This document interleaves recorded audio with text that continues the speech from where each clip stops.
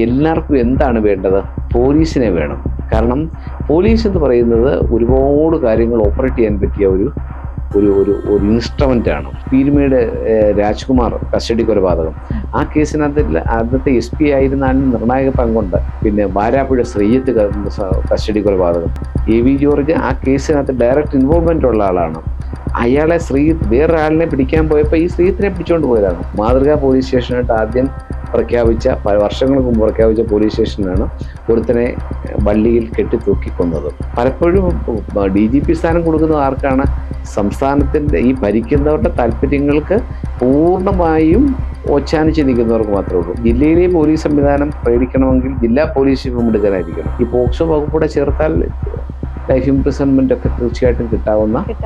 കൊല്ലത്ത് തന്നെ കുണ്ട്ര ആലീസ് വധക്കേസ് എന്നാണ്. ആ കേസിനകത്ത് യഥാർത്ഥത്തിലും പ്രതിയായി പിടിക്കപ്പെട്ട ആള് വർഷങ്ങൾക്ക് ശേഷമാണ് ഹൈക്കോടതി വിടുമ്പോഴാണ് അറിയുന്നത് അയാൾ നിരപരാധിയായിരുന്നു. പരമാവധി ഇപ്പൊ ഇതുപോലെയുള്ള സെക്ഷൽ സൈക്കോപാത്തിന് മാക്സിമം കിട്ടാൻ പോകുന്ന ശിക്ഷ എന്തായിരിക്കും? ഇപ്പൊ ഈ കേസിൽ ഇൻഫർമേഷൻ ടെക്നോളജി ആക്ടും പഴയ IPC BNS പ്രകാരമുള്ള കുറ്റകൃത്യത്തിനുമാണ് കേസ് എടുത്തിരിക്കുന്നത്. ഇപ്പൊ ഈ കേസിനെ സംബന്ധിച്ച് പറഞ്ഞാൽ അത് പ്രകാരമുള്ള ശിക്ഷയെ വരത്തുള്ളൂ. അത് വന്നാലും അത് ഒരു അതിനൊരു ലിമിറ്റ് ഉണ്ട്. പക്ഷെ യഥാർത്ഥത്തിൽ ഈ കേസിനകത്തെ പ്രധാനമായി ഈ കേസിൽ വരേണ്ടത് പോക്സോ വകുപ്പാണ്.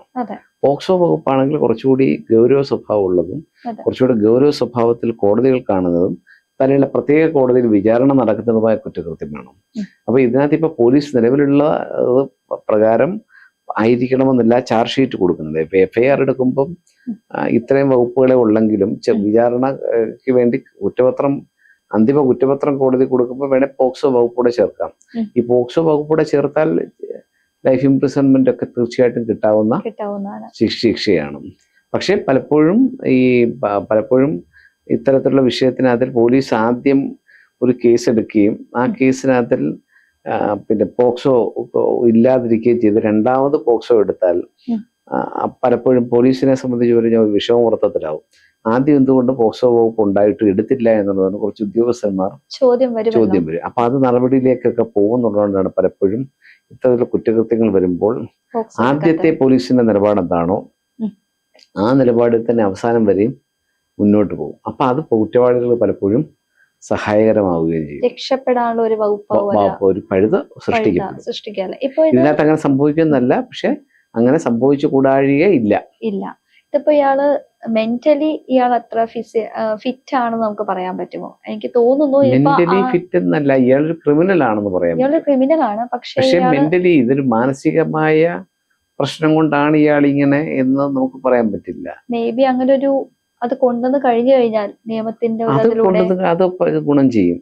പക്ഷെ അതിലേക്ക് പോകാനുള്ള ഇയാൾ അങ്ങനെയുള്ള സൈക്കോളജിസ്റ്റിനെ മാത്രമേ കാണിച്ചിട്ടുള്ളൂ. ഇയാൾക്കൊരു അങ്ങനെയുള്ള മെന്റൽ പ്രോബ്ലങ്ങളൊന്നും നാളിതുവരെ റിപ്പോർട്ട് ചെയ്യപ്പെട്ടിട്ടില്ല. അപ്പൊ അതുകൊണ്ട് അതിന്റെ ഒരു പോസിബിലിറ്റി കുറവാണ്. ചില കാര്യങ്ങൾ നമുക്ക് പറയാനേ പറ്റൂ, അല്ലാതെ നമുക്ക് അത് പൂർണ്ണമായും പറയാൻ പറ്റില്ല. കാരണം എന്താ ചോദിച്ചാൽ നമുക്കെല്ലാ അമ്മമാരുണ്ട്, നമുക്കെല്ലാ സഹോദരിമാരുണ്ട്, നമുക്കെല്ലാ സഹോദരന്മാരും ഒക്കെ ഉണ്ട്, അച്ഛനും ഒക്കെ ഉണ്ട്. അപ്പം സ്വാഭാവികമായിട്ട് നമ്മൾ അങ്ങനെ ഇത്തരം ഒരു പ്രതിയായി എന്നുള്ളതിന്റെ പുറത്ത് മാത്രം അയാൾ ചെയ്ത എല്ലാ കാര്യങ്ങളും നമുക്ക് അങ്ങനെയാണെങ്കിൽ ഇതിനകത്ത് പറയാൻ ഒരുപാട് സംഗതികളുണ്ട്, ഞെട്ടിപ്പിക്കുന്ന പല സംഗതികളുണ്ട്. പക്ഷെ നമ്മളത് പുറത്ത് പറയാത്തതാണ്. പലപ്പോഴും നമ്മളത് പുറത്ത് പറയാൻ അത് പുറത്ത് പറയുന്നത് കുറച്ച് വഴിട്ടെ അവരായിട്ട് വെളിപ്പെടുത്തട്ടെ, ഞാനായിട്ട് വെളിപ്പെടുത്തുന്നത് അത് ശരിയല്ലല്ലോ. അത് അവര് ഏകദേശം കുറച്ച് കാര്യങ്ങളൊക്കെ പോലീസിനോട് പറഞ്ഞിട്ടുണ്ട്.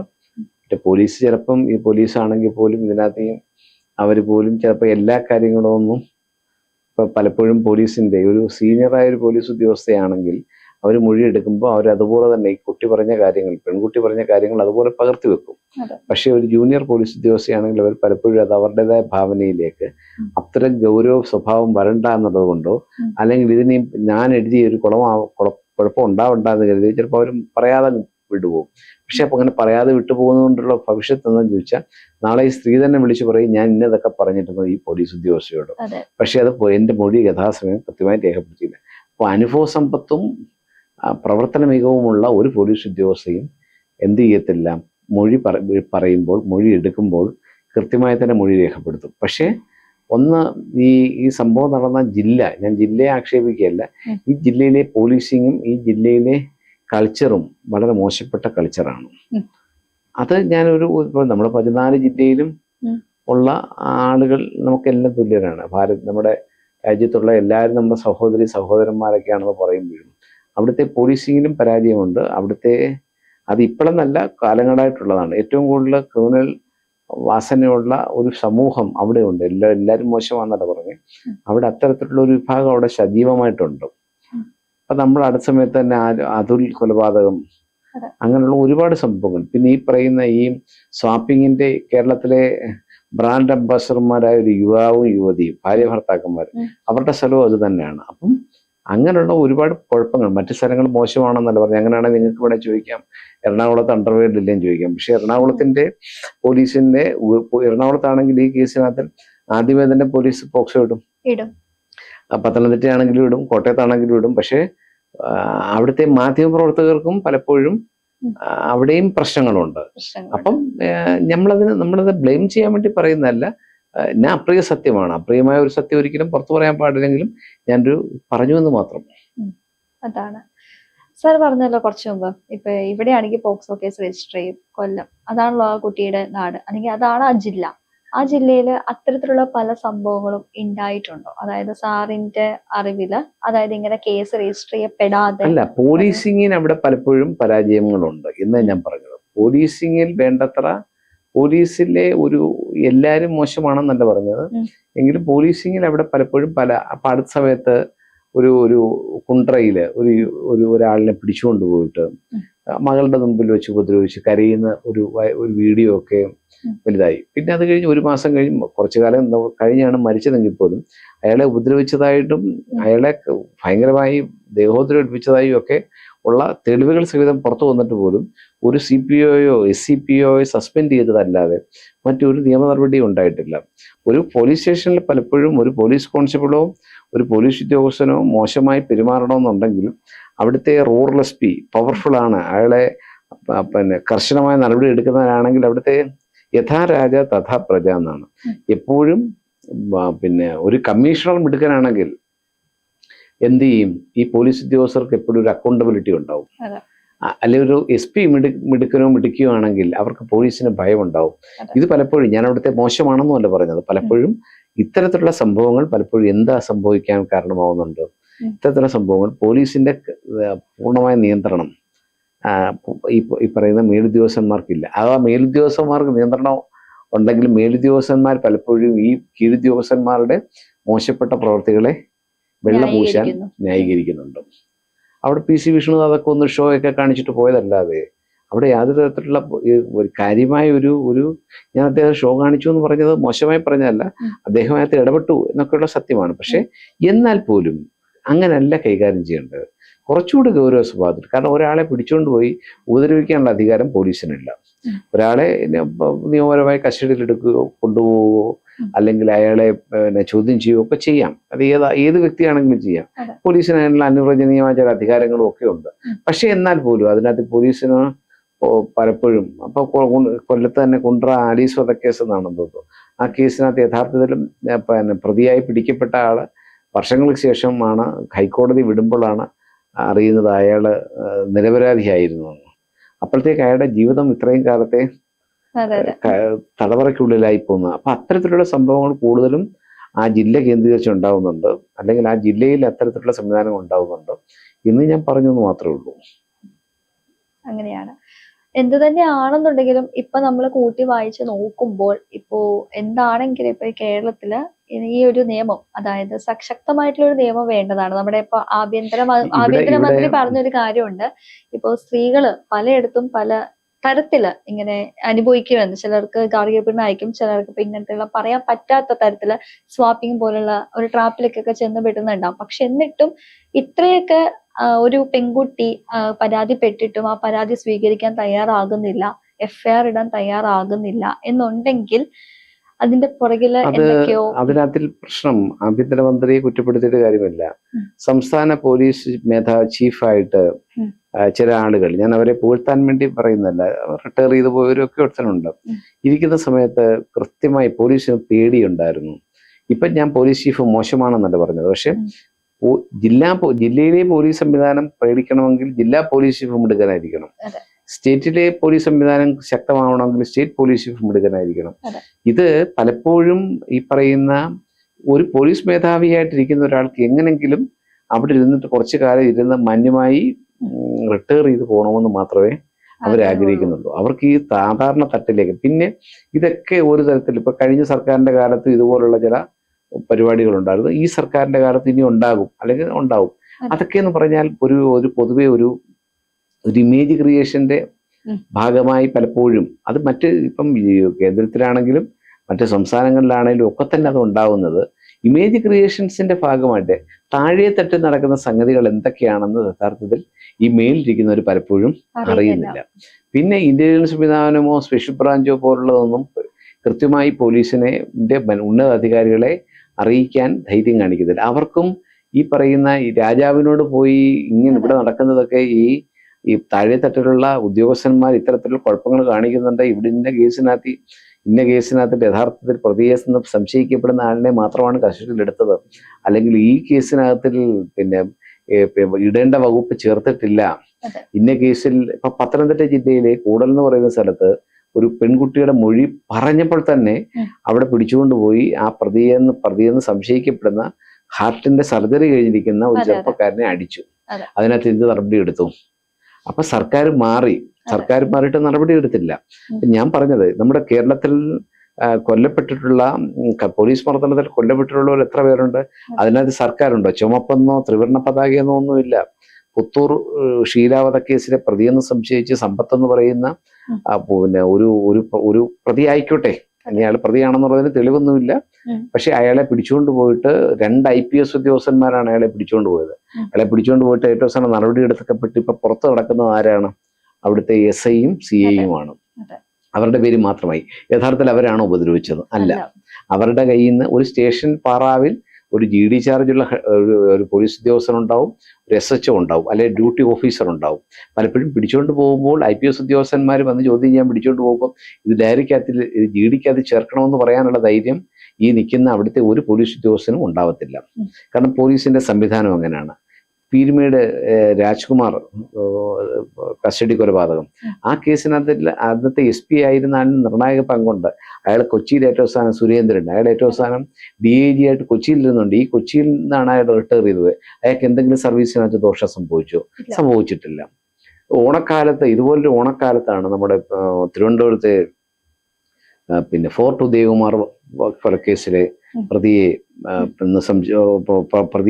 ഫോർട്ട് ഉദയകുമാറിനെ ഉരുട്ടിക്കൊലപ്പെടുത്തി. അതായത് ഒരു ദരിദ്രന്റെ കയ്യിൽ കുറച്ച് പൈസ ഓണത്തിലിരുന്നപ്പോൾ ഇവൻ പോക്കറ്റ് അടിച്ചതോ പിടിച്ചു പറിച്ചതോ ആണെന്നുള്ള ഒരു പഴയ സങ്കല്പം വെച്ചുകൊണ്ട് പിടിച്ചുകൊണ്ടുപോയി ബെഞ്ചിൽ കിടത്തി ഉരുട്ടിയിട്ടാണ് ഇയാളെ കൊല ചെയ്തത്. ആ കൊലപാതക കേസിനകത്ത് എത്രയോ പോലീസ് ഉദ്യോഗസ്ഥന്മാർ പ്രതികളായിരുന്നു. ആ പ്രതികളെ വല്ലതും അതിനകത്തിൽ അപ്പൊ സർക്കാരില്ല, UDF എന്നോ LDF എന്നോ കാണിച്ചില്ല. ഈ പ്രതികളെല്ലാം ചേർന്ന് ഈ യുവാവിനെ ഉദയകുമാറിനെ അവിടെ ഉരുട്ടിയിട്ട് കൊലപ്പെടുത്തിയ കേസിനകത്തിലെ പോലീസ് ഉദ്യോഗസ്ഥന്മാരെ എന്തെങ്കിലും ചെയ്യാൻ പറ്റിയോ? യഥാർത്ഥത്തിൽ അതിനകത്തിൽ പിന്നെ ഇന്നത്തെ ഹയർ ഓഫീസേഴ്സിന് എന്തെങ്കിലും ചെയ്യാൻ പറ്റിയോ? പറ്റിയിട്ടില്ല. നമുക്ക് എന്തിനാ പറഞ്ഞത്? നമുക്ക് കൊച്ചിക്ക് അടുത്താണല്ലോ പിന്നെ വാരാപ്പുഴ ശ്രീയത്ത് കസ്റ്റഡി കൊലപാതകം. അത് കസ്റ്റഡിയിലെടുത്തത് അന്നത്തെ SP ആയിരുന്ന AV ജോർജിന്റെ ഡാൻസ് ഓഫ് സംഘമാണ്. ആ AV ജോർജിന് ഏറ്റവും അവസാനം എന്ത് പറ്റി? AV ജോർജ് ആ കേസിനകത്ത് ഡയറക്റ്റ് ഇൻവോൾവ്മെന്റ് ഉള്ള ആളാണ്. അയാളെ വേറൊരാളിനെ പിടിക്കാൻ പോയപ്പോ ഈ ശ്രീയത്തിനെ പിടിച്ചുകൊണ്ട് പോയതാണ്. ആ അമ്മയ്ക്ക് മകൻ നഷ്ടപ്പെട്ടു, ആ ഭാര്യയ്ക്ക് ഭർത്താവ് നഷ്ടപ്പെട്ടു. പക്ഷെ AV ജോർജിന് പിന്നീട് എന്താ കിട്ടിയത്? AV ജോർജ് പിന്നെ കമ്മീഷണറായി, അത് കഴിഞ്ഞ് പിന്നെ DIG ആയി, IG ആയിട്ടാണ് അയാൾ റിട്ടയർ ചെയ്തത്. ആ പോലീസ് ഏതൊക്കെ ഗവൺമെന്റുകൾ മാറി മറിഞ്ഞു വന്നാലും, ഇടതോ ഇനിയും വലതോ ഇനിയും NDAയോ അല്ലെങ്കിൽ ഇനി ഇപ്പോഴത്തെ എന്താ പറഞ്ഞ CJP ആണെങ്കിൽ പോലും അധികാരത്തിൽ വന്നാലോ ഒന്നും തന്നെ പോലീസിന്റെ ഈ പറയുന്ന ക്രിമിനൽ വൽക്കരണമോ ഒന്നും തടയാൻ പറ്റത്തില്ല. ചോദിച്ച ചോദ്യമുണ്ടല്ലോ പലപ്പോഴും, എന്തുകൊണ്ടാണിത് ഇത് പിന്നെ സർക്കാരിന്റെ ഓരോ പ്രഖ്യാപനങ്ങൾ വരുന്നുണ്ടല്ലോ എന്ന്. സർക്കാരിന്റെ പ്രഖ്യാപനങ്ങളെല്ലാം മുഖം മിനുക്കൽ മാത്രമായി. അത് ഞാൻ രമേശ് ചെന്നിത്തലയെ കുറ്റം പറയുന്നില്ല, പിണറായി വിജയനെ കുറ്റം പറയുന്നില്ല. എല്ലാവർക്കും എന്താണ് വേണ്ടത്? പോലീസിനെ വേണം. കാരണം പോലീസ് എന്ന് പറയുന്നത് ഒരുപാട് കാര്യങ്ങൾ ഓപ്പറേറ്റ് ചെയ്യാൻ പറ്റിയ ഒരു ഒരു ഒരു ഒരു ഇൻസ്ട്രുമെന്റ് ആണ്. പ്രതിയോഗികളെ അമർച്ച ചെയ്യാം. അപ്പം പോലീസിൽ ഇങ്ങനെ ചെയ്യുന്നവർ, കുഴപ്പം പിടിച്ചവരെ ഇങ്ങനെയൊക്കെ രാഷ്ട്രീയക്കാർക്ക് വേണ്ടി കുഴപ്പം കാണിക്കത്തുള്ളൂ. നല്ല പോലീസ് ഉദ്യോഗസ്ഥന്മാരൊന്നും ഈ പറയുന്ന ആവശ്യമില്ലാത്ത പ്രതിയെ എന്ന് പറയുന്ന സംശയത്തിന്റെ പുറത്ത് പിടിച്ചോണ്ട് പോകാനോ അവനെ ഇടിച്ചു കൊല്ലാനോ അവനെ ഉരുട്ടിക്കൊല്ലാനോ ഒന്നും ശ്രമിക്കത്തില്ല. അപ്പൊ അങ്ങനെയുള്ള ഒരു പോലീസ് ഉദ്യോഗസ്ഥനോട് ഒരു MLA-യോ ഒരു മന്ത്രിയോ ഒരു ഉന്നത രാഷ്ട്രീയ നേതാവോ പറഞ്ഞാൽ ഈ ക്ലീൻ ആയിട്ടുള്ള ഉദ്യോഗസ്ഥൻ കേൾക്കത്തില്ല. അപ്പൊ അവർക്ക് വേണ്ടത് ആരെയാണ്? ഏറ്റവും വലിയ കുഴപ്പക്കാരെയാണ്. ഞാൻ പോലീസ് സേനയിലെ ഒരു 50% കാര്യം മാത്രമാണ് പറഞ്ഞത്. പോലീസ് സേനയിലെ 50% ഇപ്പൊ മനോജ് ഇബ്രഹാം സാറിനെ പോലെയുള്ള DGP-മാർ, അല്ലെങ്കിൽ നമ്മുടെ ഇവിടെ തന്നെ ഇപ്പം പിന്നെ വിജിലൻസ് മേധാവിയായി ഇപ്പം റിട്ടയർ ചെയ്തൊരു പോലീസ് ഉദ്യോഗസ്ഥൻ, അദ്ദേഹം വിജിലൻസ് മേധാവിയൊക്കെ ആയിരുന്നു. അദ്ദേഹത്തിന് ഇവിടെ കൊടുത്തോ? DGP സ്ഥാനം കൊടുത്തോ? കൊടുത്തില്ല. പലപ്പോഴും DGP സ്ഥാനം കൊടുക്കുന്നത് ആർക്കാണ്? സംസ്ഥാനത്തിന്റെ ഈ ഭരിക്കുന്നവരുടെ താല്പര്യങ്ങൾക്ക് പൂർണ്ണമായും ഓച്ചാനിച്ച് നിൽക്കുന്നവർക്ക് മാത്രമേ ഉള്ളൂ. അപ്പം ആര് വന്നാലും പിന്നെ അതിനകത്ത് കുറച്ച് ജനങ്ങൾ കുറച്ച് പ്രതീക്ഷയോടെ കണ്ടിരുന്നത് VD സതീശനെയാണ്. അത് മുഖ്യമന്ത്രി അദ്ദേഹത്തിന്റെ ചില നിലപാടുകൾ പലപ്പോഴും അതിലുണ്ടായിരുന്നു. പക്ഷെ അദ്ദേഹമല്ല ആഭ്യന്തര വകുപ്പ് കൈയാളുന്നത്. തമ്മിൽ ഞാൻ പറഞ്ഞത് VD സതീശൻ സമർത്ഥനും രമേശ് ചെന്നിത്തല മോശമാണെന്നും അല്ല പറഞ്ഞത്. പക്ഷെ ഇത്തരത്തിലുള്ള ഒരുപാട് പ്രശ്നങ്ങളുണ്ട്. നമ്മളിത് ചർച്ച ചെയ്യാമെന്നുള്ളതല്ലാതെ യാതൊരു തരത്തിലുള്ള പ്രയോജനം ഇതുകൊണ്ട് ഉണ്ട്. പിന്നെ കുറച്ചു പേരെ ഇത് മനസ്സിലാക്കാൻ കാരണമാവട്ടെ. കാരണം ചിന്തിക്കുന്ന ഒരു ജനത വളർന്നു വരുന്നുണ്ട്. അവർക്ക് ഈ പറയുന്ന എന്താണ് പോലീസിങ്, നമ്മൾ കാണുന്ന പോലീസിങ്ങിലെ പോലീസ് ഉദ്യോഗസ്ഥന്മാർ എല്ലാം ഇപ്പൊ ലോ ആൻഡ് ഓർഡറിൽ കഴിഞ്ഞ സർക്കാർ എൻ്റെ കാലത്ത് മാറ്റി നിർത്തിയിട്ടുള്ള ഈ സർക്കാരിൽ ലോ ആൻഡ് ഓർഡറിൽ വന്നു. ഇപ്പൊ പുതിയ പോലീസ് പരിഷ്കരണം വന്നു. SHO-മാരെല്ലാം പിന്നെ SI-മാരാവുന്നു. അപ്പൊ SHO-മാർ SI-മാരാകുമ്പോൾ ഗുണമുണ്ട് ദോഷവുമുണ്ട്. SI-മാരാകുമ്പോൾ യാതൊരു വിധമായ പ്രവൃത്തി പരിചയവുമില്ലാത്ത ചെറുപ്പക്കാരായിട്ടുള്ള ആളുകൾ ഒരു സ്റ്റേഷന്റെ അധികാരത്തിലോട്ട് വരുമ്പോൾ അവർ ചിലപ്പോൾ പിന്നെ സത്യസന്ധമായും ജോലി ചെയ്യും, ചിലപ്പോൾ അവർക്ക് എങ്ങനെ ജോലി ചെയ്യണമെന്നുള്ളതിനെ പറ്റി. കാരണം അതിനകത്തൊരു പ്രായോഗികത ഒരു വലിയ ഘടകമാണ് കുറച്ചു കാലത്തെ എക്സ്പീരിയൻസ് വരുമ്പോൾ. അപ്പൊ അതും ഒരു പ്രശ്നമാണ്. അപ്പൊ മൊത്തത്തിൽ ഇത് നന്നാക്കണമെന്നുണ്ടെങ്കിൽ നല്ല രാഷ്ട്രീയ നേതൃത്വം ശക്തമായി ഈ പറയുന്ന പോലീസിന്റെ പുറത്തൊരു കടിഞ്ഞാണുണ്ടാവുകയും നല്ല സത്യസന്ധരായ ആളുകൾ പോലീസിന്റെ തലപ്പത്ത്, അത് SP തൊട്ട് അല്ലെങ്കിൽ SHO തൊട്ട് സ്റ്റേറ്റ് പോലീസ് ചീഫ് വരെയുള്ള തലത്തിൽ ഉണ്ടാവുകയും ചെയ്യണം. എങ്കിൽ മാത്രമേ അതുകൊണ്ടൊരു പ്രയോജനം ജനങ്ങൾക്ക് ഇതുപോലുള്ള കുറ്റകൃത്യങ്ങളിൽ നിന്നും പ്രതികൾ രക്ഷപ്പെട്ടു പോകാതിരിക്കാനും യഥാർത്ഥത്തിൽ ആ പ്രതികളെതിരെ കൃത്യമായ സമയത്ത് നടപടിയെടുക്കാനും ഒരു സ്ട്രോങ് ആക്ഷൻ എടുക്കാനും പലപ്പോഴും അവർക്ക് മാത്രമേ സാധിക്കത്തുള്ളൂ. അതുകൊണ്ടാണല്ലോ ഇപ്പൊ തന്നെ നമുക്ക് അറിയത്തില്ല, ഏകദേശം എല്ലാവർക്കും മനസ്സിലായി കഴിഞ്ഞിട്ടുണ്ട്. ഇപ്പൊ പരാതി എടുക്കാൻ ഒരു വിമുഖത കാട്ടിയിട്ടുണ്ടായിരുന്നു. നമ്മൾ നേരത്തെ ഒരുപാട് നമ്മൾ അത് ഇവിടെ നിന്നല്ല, എല്ലായിടത്തും ഉണ്ട്. കഴിഞ്ഞ സർക്കാരിന്റെ കാലത്തുണ്ട്, ഈ സർക്കാരിന്റെ കാലത്തും ഉണ്ട്. കാരണം ഇതൊന്നും നേരെ മറിച്ച് ഈ കൺസേൺഡ് പോലീസ് സ്റ്റേഷൻ തന്നെ എന്തെങ്കിലും തരത്തിലുള്ള ഒരു രാഷ്ട്രീയ നേതാവിനെ ആക്ഷേപിച്ചുകൊണ്ട് ഒരു പോസ്റ്റ് ഇട്ടിരുന്നെങ്കിൽ തീർച്ചയായിട്ടും അന്ന് വൈകുന്നേരത്തോടുകൂടി തന്നെ എന്ത് ചെയ്തേനെ, പിടിച്ചേനെ. പക്ഷെ ഇത് ഇത്രയും വലിയ കൃത്യമായിട്ടും പിടിക്കാൻ അതിപ്പം നമുക്കറിയാം. പിന്നെ TG മോഹൻദാസ് പറഞ്ഞതിനോട് യോജിക്കാൻ പറ്റത്തില്ലെങ്കിലും ഒരു നോട്ടീസ് കൊടുക്കാവുന്ന കേസേ ഉള്ളത്. ഞാൻ പറഞ്ഞത് അദ്ദേഹം പറഞ്ഞത് ഒരിക്കലും ഒരു നല്ല കാര്യമല്ല. ആ പറഞ്ഞതിനോട് യോജിക്കുന്നുമില്ല. പക്ഷേ ആ പറഞ്ഞത് എൻ്റെ പുറത്ത് പെട്ടെന്ന് അറസ്റ്റ് ചെയ്തു, അല്ലെങ്കിൽ യാതൊരു തരത്തിലുള്ള ഒരു വൃത്തനാണെന്നോ അല്ലെങ്കിൽ മറ്റൊരു പരിഗണനയും കൊടുത്തില്ല. അങ്ങനെ പിന്നെ അടുത്ത സമയത്ത് പലരെയും അറസ്റ്റ് ചെയ്യപ്പെട്ട പല സാഹചര്യങ്ങളും ഉണ്ടായിട്ടുണ്ട്. പക്ഷെ അതിലൊക്കെ കാണിക്കുന്ന ആവേശം പലപ്പോഴും പോലീസ് ഈ കാര്യത്തിൽ കാണിക്കുന്നില്ല. അതൊരു അലംഭാവം തന്നെയായിട്ട് നമുക്ക് തോന്നുന്നില്ല. തീർച്ചയായിട്ടും അലംഭാവം എന്നല്ല ഇത് പറയുന്നത്. അതിനെ അലംഭാവം എന്നല്ല പറയണ്ടേ. ഞാൻ മുമ്പേ പറഞ്ഞല്ലോ, പലപ്പോഴും രാഷ്ട്രീയ നേതൃത്വത്തെ പ്രീണിപ്പിക്കുന്നതിനാണ് പോലീസിന് എപ്പോഴും താല്പര്യം. കഴിഞ്ഞ സർക്കാരിന്റെ കാലത്ത് ഏറ്റവും കൂടുതൽ കുഴപ്പമുണ്ടാക്കിയവർ ഈ സർക്കാരിന്റെ ഭാഗമായി വീണ്ടും വന്നിട്ടുണ്ട്. കഴിഞ്ഞ സർക്കാരിന്റെ കാലത്ത് ഏറ്റവും വലിയ അഴിമതി ആരോപണം നേരിട്ട ഉദ്യോഗസ്ഥന്മാർ ഈ സർക്കാരിൽ പ്രധാനപ്പെട്ട തന്ത്രപരമായ പോസ്റ്റുകൾ വെച്ചിട്ടുണ്ട്. അപ്പൊ അവിടെ സർക്കാരിന് ഈ പറയുന്ന ഇപ്പം MR അജിത് കുമാറിന്റെ ഒരു കേസ് ഒഴിച്ചാൽ, ഇപ്പൊ MR അജിത് കുമാറിനെ സംബന്ധിച്ച് പറയാം, MR അജിത് കുമാറിന്റെ മുമ്പും ഇത്തരത്തിലുള്ള MR അജിത് കുമാറിനെ ന്യായീകരിക്കുകയല്ല, MR അജിത് കുമാറിനെക്കാട്ടി കുഴപ്പം കാണിച്ചിട്ടുള്ള പോലീസ് ഉദ്യോഗസ്ഥന്മാർ ഇപ്പൊ കേരള പോലീസിന്റെ സർവീസിലുണ്ട്. MR അജിത് കുമാറിന് മുമ്പും MR അജിത് കുമാറിന് ശേഷവും ഈ രാഷ്ട്രീയ നേതൃത്വത്തിന് വേണ്ടി പലപ്പോഴും അന്ന് പൊളിറ്റിക്കൽ സെക്രട്ടറി പറഞ്ഞ മാർജിത് കുമാർ ചില കാര്യങ്ങൾ ഇടപെട്ടെങ്കിൽ ഇതിനു മുമ്പ് പിന്നെ വളരെ അന്നത്തെ രാഷ്ട്രീയ നേതൃത്വത്തിന് വേണ്ടി വിടുപണി ചെയ്തിട്ടുള്ള പലരും പിന്നീട് തന്ത്രപ്രധാനമായ സ്ഥാനങ്ങളിൽ ഇരിക്കുന്നുണ്ട്, ഇപ്പോഴും ഇരിക്കുന്നുണ്ട്. കഴിഞ്ഞ സർക്കാരിന്റെ കാലത്ത് കഴിഞ്ഞ സർക്കാരിന്റെ ഏറ്റവും പ്രിയപ്പെട്ടവർ ഈ സർക്കാരിനും പ്രിയപ്പെട്ടവരായിട്ട് തന്നെ ഇരിക്കുന്നുണ്ട്. അപ്പം രാഷ്ട്രീയ ഭേദമൊന്നും വ്യത്യാസമില്ല, കൊടിയുടെ നിറത്തിൽ വ്യത്യാസമില്ല. ഇങ്ങനെയൊക്കെയാണെങ്കിലും ഈ പോലീസ് ഒരു രാജ്യത്തെ ഒരു സ്റ്റേറ്റിലെ പോലീസിങ്ങിലാണ് ഏറ്റവും പ്രധാനം. കാരണം ജനങ്ങളുടെ ജീവനും സ്വത്തിനും സംരക്ഷണം കൊടുക്കേണ്ടത് പോലീസാണ്. ആ പോലീസ് പലപ്പോഴും ഈ ജീവൻ, സ്വത്ത് എന്ന് പറയുമ്പോൾ അതിനകത്ത് എല്ലാം ഉണ്ട്. ആ സംരക്ഷിക്കപ്പെടാൻ പലപ്പോഴും സാധിക്കുന്നില്ല, പൂർണ്ണമായും സാധിക്കുന്നില്ല എന്ന് പറയാൻ നമ്മളിവിടെ ഇരുന്ന് ചർച്ച ചെയ്യാൻ പറ്റുന്നതും നമ്മൾ പുറത്തിറങ്ങി നടക്കുന്നതും സ്ത്രീകൾ അന്തസ്സായി നടക്കുന്നതും ഒക്കെ ഈ പോലീസിന്റെ കൂടി നന്മ കൊണ്ടാണ് എന്ന് പറയുമ്പോഴും അത് നമ്മുടെ ഔദാര്യമൊന്നുമല്ല. പോലീസ് നമുക്ക് ചെയ്തു തരുന്ന ഒരു മഹത്തായ കാര്യമൊന്നുമല്ല, അത് നമ്മുടെ അവകാശമാണ്, നമ്മുടെ റൈറ്റ് ആണ്. പക്ഷെ ജനങ്ങൾ ഇതൊന്നും ചിന്തിക്കത്തില്ല. ജനങ്ങള് പലപ്പോഴും ഈ നമ്മുടെ അവകാശങ്ങളെ പറ്റി നമുക്ക് ബോധം ഇല്ല എന്നുള്ളതാണ് ഒരു പ്രധാന പ്രശ്നം. ആ ബോധത്തെ ചൂഷണം ചെയ്യുന്നതായിട്ട് തോന്നിയിട്ടില്ല. ആ ബോധത്തെ ചൂഷണം ചെയ്യുന്നത് നമ്മളല്ലല്ലോ ചൂഷണം ചെയ്യുന്നത്, സാധാരണക്കാർ. ഇപ്പം ഏത് വ്യക്തിയാണെങ്കിലും സ്ത്രീകളിലെ ചിന്താഗതി, എല്ലാ സ്ത്രീകൾക്കും സ്ത്രീകളുടേതായ ചില ചിന്താഗതികൾ കാണും. അത് നമ്മൾ പറയുമ്പോൾ അത് പൊളിറ്റിക്കലി ഇൻകറക്റ്റ് ആണ്, അല്ലെങ്കിൽ ഞാനിത് പറഞ്ഞാൽ അത് എന്നെ ആളുകൾ വിമർശിക്കപ്പെടുമ്പോഴും. പക്ഷേ സ്ത്രീകൾക്ക് സ്ത്രീകളുടേതായ ചില ബലഹീനതകളുണ്ട്. അത് കാലഘട്ടം, പിന്നെ ഇപ്പൊ പുതിയ കാലഘട്ടത്തിലെ കുട്ടികൾ അതിനകത്ത് വ്യത്യാസം വന്നിട്ടുണ്ടെങ്കിൽ പോലും ഇപ്പോഴും അത്തരത്തിലുള്ള കുട്ടികൾ അല്ലെങ്കിൽ വളർന്നു വരുന്ന തലമുറയിൽപ്പെട്ടവരൊക്കെ തന്നെ ഉണ്ട്. പക്ഷേ അവരെക്ക് വേണ്ട സംരക്ഷണവും എല്ലാം കൊടുക്കേണ്ടത് ഈ പോലീസിങ്ങിൽ കൂടിയാണ്, അല്ലെങ്കിൽ ഇവിടുത്തെ സർക്കാരാണ് കൊടുക്കേണ്ടത്. അതെ, അങ്ങനെ ഒരു വ്യക്തി വരുമ്പോഴത്തേക്കും, ഒരു പരാതി കൊണ്ട് വരുമ്പോഴത്തേക്കും ആ പരാതിയുടെ മുന്നിലേക്ക് മുഖം തിരിക്കുകയല്ലല്ലോ. നമ്മൾ പറയും പോലീസ് സ്റ്റേഷനിൽ വരുന്ന ഒരു ഗുഡ് മോർണിംഗ് പോലീസ് സാർ എന്ന് വിളിച്ച് സംബോധന ചെയ്യണമെന്ന് ഇപ്പോഴത്തെ ആഭ്യന്തര മന്ത്രി പറഞ്ഞിട്ടുണ്ട്. എല്ലാവർക്കും രസീത് കൊടുക്കണമെന്ന് പറഞ്ഞിട്ടുണ്ട്. മാതൃകാ പോലീസ് സ്റ്റേഷനായിട്ട് എത്രയോ കാലം മുമ്പ് മാതൃകാ പോലീസ് സ്റ്റേഷനായിട്ട് ആദ്യം പ്രഖ്യാപിച്ച, വർഷങ്ങൾക്ക് മുമ്പ് പ്രഖ്യാപിച്ച പോലീസ് സ്റ്റേഷനാണ് ഒരുത്തനെ വള്ളിയിൽ കെട്ടിത്തൂക്കി കൊന്നത്. മാതൃകാ പോലീസ് സ്റ്റേഷനിലാണ്. അപ്പൊ ഈ മാതൃകാ പോലീസ് സ്റ്റേഷൻ, ജനമൈത്രി പോലീസ്, ഇതൊക്കെ പറച്ചിൽ മാത്രം ഒതുങ്ങും. പലപ്പോഴും ഇത്തരത്തിലുള്ള കാര്യങ്ങളിൽ പിന്നെ ഈ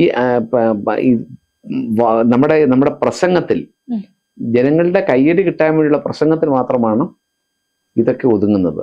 യഥാർത്ഥത്തിൽ ഈ എക്സിക്യൂഷനിലേക്ക്, നടപ്പിൽ വരുത്തുന്നതിലേക്ക് പലപ്പോഴും കാലതാമസം ഉണ്ടാകുന്നുണ്ട്. പലപ്പോഴും അതിനകത്തിൽ രാഷ്ട്രീയവും ഒക്കെ തന്നെ വിഷയങ്ങളായി മാറുന്നുണ്ട്. അപ്പൊ എന്ത് തന്നെ ആണെങ്കിലും ഈ ഒരു കുട്ടി, നമുക്കറിയാം ആ കുട്ടി അനുഭവിച്ച വേദന അല്ലെങ്കിൽ അനുഭവിച്ച മാനസിക സംഘർഷം എന്താണെന്നറിയാം. അതിനേക്കാൾ ഉപരി തന്റെ ഏറ്റവും പ്രധാനപ്പെട്ട ആ നിമിഷം വരെ പൈസയ്ക്ക് വേണ്ടി വിറ്റഴിക്കുന്ന ആപ്പിലൂടെ അത് പങ്കിട്ടു, തന്റെ കുട്ടിയുടെ മുന്നിൽ വെച്ച് മാസ്റ്റർബേഷൻ ചെയ്തു. പക്ഷെ എന്നിട്ടും ഭർത്താവിനെതിരെ പോക്സോ കേസ് വന്നിട്ടില്ല. ഏറ്റവും സോളിഡ് ആയിട്ടുള്ള ഒരു അത് സ്ട്രോങ് ആയിട്ടുള്ള ഒരു കേസ് എന്ന് പറഞ്ഞാൽ പോക്സോ കേസാ. ആ പോക്സോ കേസ് പോലും എടുത്തിട്ടില്ല. അപ്പൊ ഇനി ആ കുട്ടിക്ക് ആ പോക്സോ കേസ് ഇല്ലാത്ത പക്ഷം ഒരു എന്താ പറയാ, അർഹിച്ച ഒരു ശിക്ഷ അയാൾക്ക് കിട്ടുമോ, അല്ലെങ്കിൽ നീതി കിട്ടുമെന്ന് തോന്നുന്നുണ്ടോ? ഈ നമ്മുടെ പുതിയ സർക്കാരല്ലേ, പുതിയ സർക്കാർ നമുക്ക് നല്ലത് പ്രതീക്ഷിക്കാം. അല്ല, പോക്സോ കേസ് ഇൻക്ലൂഡഡ് ആക്കിയിട്ടില്ല. അത് നമുക്ക് പ്രതീക്ഷിക്കാം, പ്രതീക്ഷയോടെ കാത്തിരിക്കാനല്ലേ നമുക്ക് പറ്റും. പ്രതീക്ഷയോടെ പുതിയ സർക്കാരിനെ നമ്മൾ പ്രതീക്ഷയോടെ കാത്തിരിക്കാം. കാരണം കഴിഞ്ഞ 10 വർഷക്കാലത്തെ സർക്കാരിനോട് ജനങ്ങൾക്കുള്ള വിപ്രതിപത്തിയാണല്ലോ പുതിയ സർക്കാരിലേക്ക് വഴിവെച്ചത്. പുതിയ സർക്കാർ നല്ല കാര്യങ്ങൾ ചെയ്യുമെന്ന് നമ്മള് മുൻവിധിയോടുകൂടി കാണേണ്ട, നല്ല കാര്യങ്ങൾ ചെയ്യുമെന്നും ഇത്തരത്തിലുള്ള കുറ്റവാളികൾ, ഇപ്പോൾ ഓപ്പറേഷൻ തൂഫാൻ അടക്കമുള്ള ഒരുപാട് പദ്ധതികൾ വന്നിട്ടില്ലേ. പക്ഷേ ഓപ്പറേഷൻ തൂഫാൻ വന്നു, പോലീസ് എല്ലാം ഓപ്പറേഷൻ തൂഫാന്റെ പുറകെയാണ്. അപ്പോൾ പോലീസിന് മറ്റു കാര്യങ്ങളിൽ വേണ്ടത്ര സ്കോർ ചെയ്യുക, പിടിക്കുക എന്നുള്ളതാണ്. പക്ഷെ ഓപ്പറേഷൻ തൂഫാൻ ഒരു വശത്തോടെ കൊണ്ടുപോകണം, സ്ത്രീ സുരക്ഷ ഒരു വശത്തോടെ കൊണ്ടുപോകണം. ഞാൻ പറഞ്ഞല്ലോ, ഇതൊക്കെ പലപ്പോഴും പ്രഖ്യാപനങ്ങളിൽ മാത്രം പലപ്പോഴും ഒതുങ്ങി പോകുന്നു എന്നുള്ള ഒരു യാഥാർത്ഥ്യം കൊണ്ടുണ്ട്. എന്ത് തന്നെ ആണെങ്കിലും ഇനി ഇവർക്ക് നീതി കിട്ടട്ടെ, അതായത് അർഹിച്ച കുറ്റം ചെയ്തവർക്ക് നമ്മൾ നീതി കിട്ടട്ടെ എന്ന് നമ്മൾ പ്രാർത്ഥിക്കാനും അവർക്ക് നീതി കിട്ടുമെന്ന് നമ്മുടെ ശുഭാപ്തി വിശ്വാസത്തോടെ ചിന്തിക്കാനും മാത്രമേ നമുക്ക് കഴിയുള്ളൂ. സർക്കാരിന് നമ്മളെക്കാട്ടിൽ അത് കാര്യത്തിൽ പ്രതിജ്ഞാബദ്ധം, നമ്മൾ രാഷ്ട്രീയ നേതാക്കന്മാർ പറയത്തില്ലേ സർക്കാർ പ്രതിജ്ഞാബദ്ധമാണെന്ന് പറയത്തില്ലേ, അത് തീർച്ചയായിട്ടും സർക്കാർ അത് നിറവേറ്റുമെന്ന് പറയത്തില്ലേ. ഇങ്ങനെയുള്ള ചില ക്ലീശേ വാചകങ്ങൾ എല്ലാ സംസ്ഥാനത്തെ മന്ത്രിമാരും ആഭ്യന്തരമന്ത്രിമാരും ഒക്കെ പറയത്തില്ലേ. നമ്മളും അങ്ങനെ പ്രതീക്ഷിക്കാം. പ്രതീക്ഷിക്കുന്നതിന് വേണ്ടി, പ്രതീക്ഷിക്കുന്നതിനോ ആഗ്രഹിക്കുന്നതിനോ ഒന്നും നമ്മൾ യാതൊരു പ്രത്യേക നികുതി ഇനി അതിന് കൊടുക്കണ്ടായല്ലോ. വേണ്ട. അപ്പൊ എന്ത് തന്നെയാണെങ്കിൽ നമുക്ക് അങ്ങനെ സാറ് പറഞ്ഞ പോലെ തന്നെ അവർക്ക് നീതി കിട്ടട്ടെ, ഇതുപോലെ മറ്റൊരാൾക്ക് ആ ഒരു കുറ്റവാളിക്ക് പരമാവധി ശിക്ഷ കിട്ടട്ടെ നമ്മൾ ആഗ്രഹിക്കുന്നു, പ്രാർത്ഥിക്കുന്നു. ഇത്രയും നേരം നമ്മളോട് സംസാരിച്ച, അതായത് ഈ സുപ്രധാന ഈ ഒരു സബ്ജക്റ്റിനെ പറ്റി നമുക്ക് കൂടുതൽ ഡീറ്റെയിൽ ആയിട്ട് നമ്മളോട് സംസാരിച്ച സാറിന് നന്ദി. ശരി.